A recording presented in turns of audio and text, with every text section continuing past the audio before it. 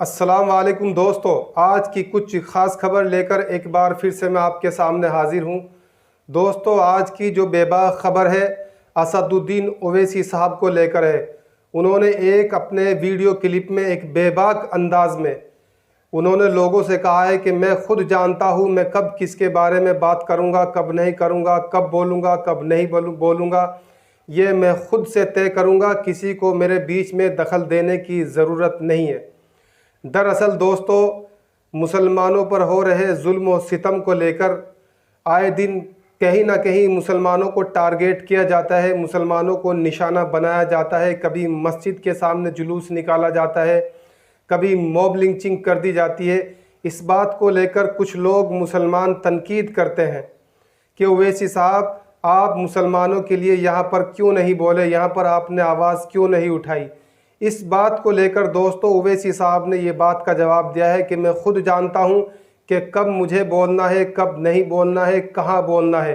आप ये सवाल भारत के प्रधानमंत्री मोदी जी से करें कि मोदी जी, आप भारत के मुसलमानों के लिए कब बोलेंगे, इनके लिए आवाज़ कब उठाएंगे। आपने देखा दोस्तों, कभी एक ट्वीट भी नहीं आया, एक मैसेज भी नहीं आया मोदी जी की तरफ से कि मुसलमानों पर इतने जुल्म और सितम होते हैं आए दिन। कभी जुलूस में मुसलमानों को परेशान किया जाता है, कभी मस्जिद को निशाना बनाया जाता है, कभी मस्जिद के ऊपर झंडा फहरा दिया जाता है। आए दिन मुसलमानों के साथ में कुछ ना कुछ होता रहता है। इस बात को लेकर ओवैसी साहब ने कहा है दोस्तों कि ये सवाल तो आप भारत के प्रधानमंत्री मोदी जी से करिए कि मोदी जी, आप मुसलमानों के लिए कब बोलेंगे। दोस्तों, आगे उन्होंने कहा है कि ये सवाल तो आप उनसे करिए जिनकी सरकार को आप बदलना चाहते थे। लोग चाहते थे उत्तर प्रदेश में कि सरकार बदल जाएगी तो हालात बदल जाएंगे। एक तरफा मुसलमानों ने सब अखिलेश यादव को वोट दिया है। उनसे सवाल करिए कि आखिर आप मुसलमानों के बारे में कब बोलेंगे। इसी के साथ दोस्तों, बेबाक अंदाज में ओवैसी साहब ने यह भी कहा है कि हर मस्जिद के दरवाजे पे और हर मस्जिद के अंदर कैमरे को लगाया जाए और जब वहाँ पर पत्थर फेंके जाते हैं या दंगा फसाद किया जाता है या तलवारों को लहराया जाता है या भद्दी भद्दी गालियाँ अपनी ज़बान से निकाली जाती है, नारे लगाए जाते हैं मुसलमानों के ख़िलाफ़, ताकि लोगों को पता चले कि आखिर हिंसा किसकी तरफ से भड़काई गई है। ये कैमरा जो मस्जिद के सामने आप लगाओगे, ये झूठ नहीं बोलेगा।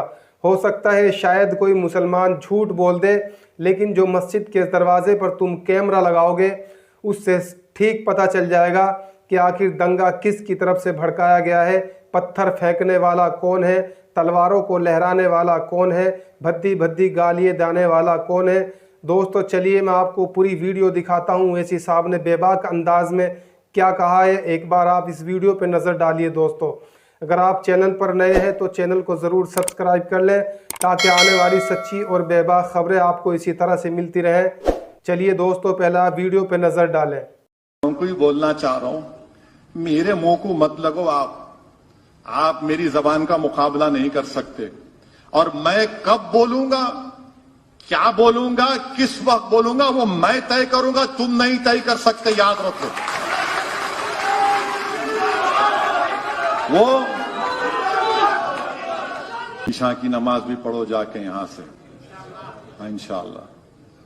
तो हम इनको बताना चाह रहे, जो देखो नहीं बोले, नहीं बोले, नहीं बोले। मोदी को पूछो ना, हाथ कटे हुए आदमी पर केस बुक हो गया पत्थर फेंकने का, वजीर आजम कुछ नहीं बोलेंगे।